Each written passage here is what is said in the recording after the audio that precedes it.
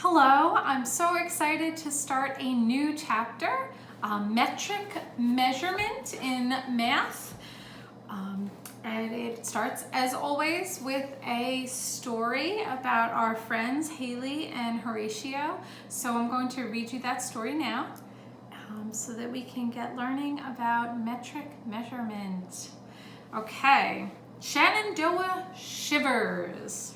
Brr, Haley shivered, rubbing her arms vigorously as she walked. If I had known it would be this chilly, I would have brought my jacket. She stared at Horatio scampering ahead of her, his silky fur gleaming in the sunlight. Horatio's lucky. He brings his coat wherever he goes, she observed. Rosa, the ranger who was guiding Haley, gave her a puzzled look. "Didn't you check the weather this morning?" she asked. Haley stopped trembling for a moment. "No, I didn't even consider checking. Do you do that?" Her guide nodded. "Every morning.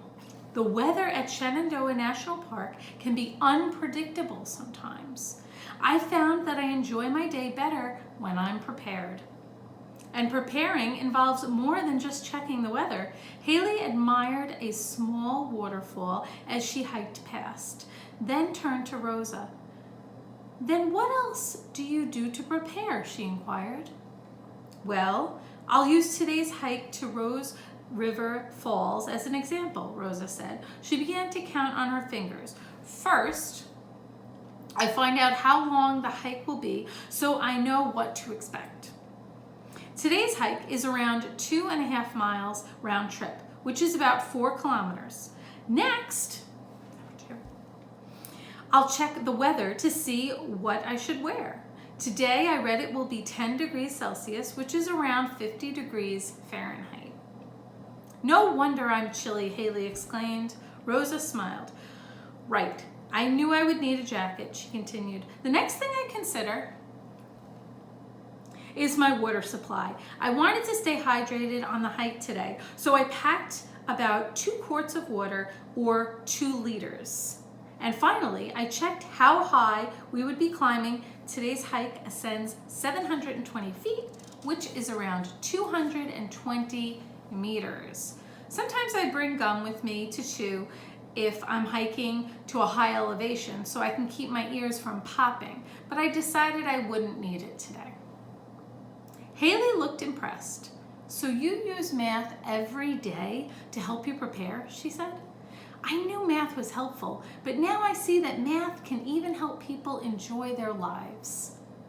I sure would be enjoying this hike more if I had been prepared like you," she said with a little shiver. "Perhaps I can look up tomorrow's weather for you," Rosa offered helpfully.